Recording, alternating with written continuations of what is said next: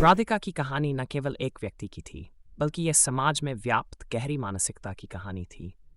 रंगभेद की यह सच्चाई उसके जीवन के हर पहलू में छाई हुई थी, परंतु उसने अपने जीवन को इस मानसिकता से परिभाषित नहीं होने दिया। बचपन से ही उसने अपने आप को साबित करने की ठानी थी। उसके माता पिता ने उसे हमेशा से समाज के विचारों के खिलाफ खड़े होने की सीख दी थी। राधिका का आत्मविश्वास उसके हर कदम में झलकता था। वह जानती थी कि उसकी त्वचा का रंग उसकी कमजोरी नहीं, बल्कि उसकी ताकत है। एक दिन जब वह स्कूल से घर लौट रही थी, कुछ लड़कों ने उसे चिढ़ाया, काली कलूटी। राधिका ने उनकी ओर देखा और कहा, मेरा रंग मेरी पहचान नहीं है, लेकिन मैं इससे प्यार करती हूं। उसके इस जवाब ने उन लड़कों को चुप कर दिया। उसने हमेशा से यह महसूस किया कि उसके आत्मसम्मान को कोई छीन नहीं सकता। उसके कॉलेज के दिनों में एक कला प्रतियोगिता का आयोजन हुआ। राधिका ने इसमें भाग लिया और अपनी कला के माध्यम से अपनी कहानी बयां की। उसने अपनी पेंटिंग्स में रंगों का ऐसा संयोजन किया जिसने सभी को अचंभित कर दिया। जजों ने उसकी कला की बहुत प्रशंसा की और उसे प्रथम पुरस्कार से सम्मानित किया। ये उसकी पहली बड़ी सफलता थी। लेकिन घर लौटने पर उसने देखा कि माँ की चिंता उसके भविष्य को लेकर बढ़ती जा रही थी। माँ ने कहा, बेटा, शादी के लिए कोई लड़का नहीं मिल रहा है। तुम्हारे रंग के कारण सब मना कर देते हैं। राधिका ने माँ को समझाया, माँ, मेरी पहचान मेरी कला है, मेरा रंग नहीं। मैं उस व्यक्ति से शादी करूंगी जो मुझे मेरी कला और मेरे व्यक्तित्व के लिए पसंद करेगा। इस बीच उसकी कला का प्रभाव शहर भर में फैलने लगा। लोग उसकी कला प्रदर्शनी देखने के लिए दूर दूर से आने लगे। उसकी कला ने कई लोगों को प्रेरित किया और समाज के दकियानुसी विचारों को चुनौती दी। एक दिन जब वह अपनी प्रदर्शनी में व्यस्त थी, एक बुजुर्ग महिला उसके पास आई और कहा, तुम्हारी कला ने मेरी आंखें खोल दी हैं।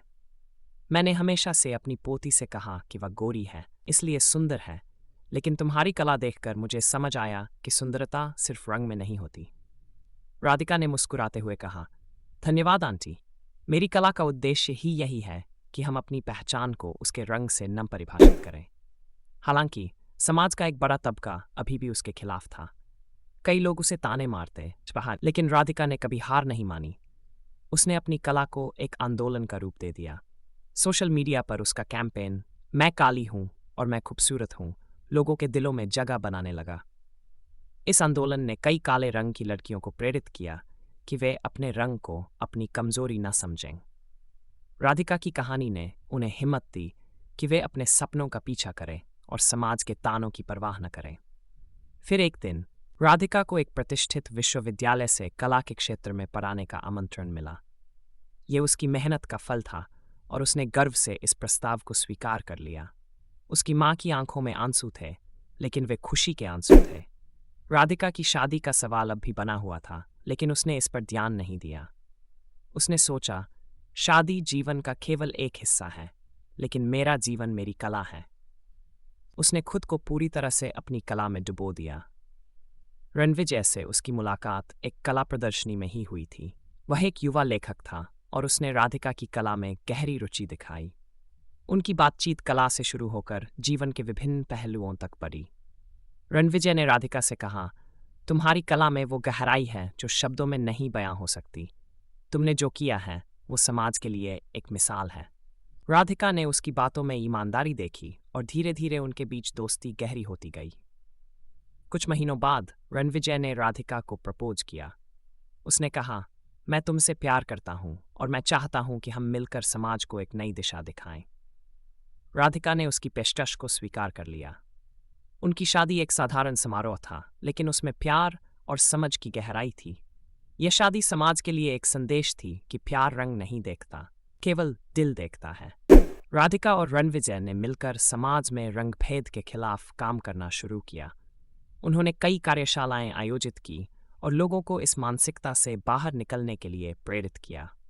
राधिका की कहानी अब केवल उसकी नहीं थी, यह एक आंदोलन बन चुकी थी।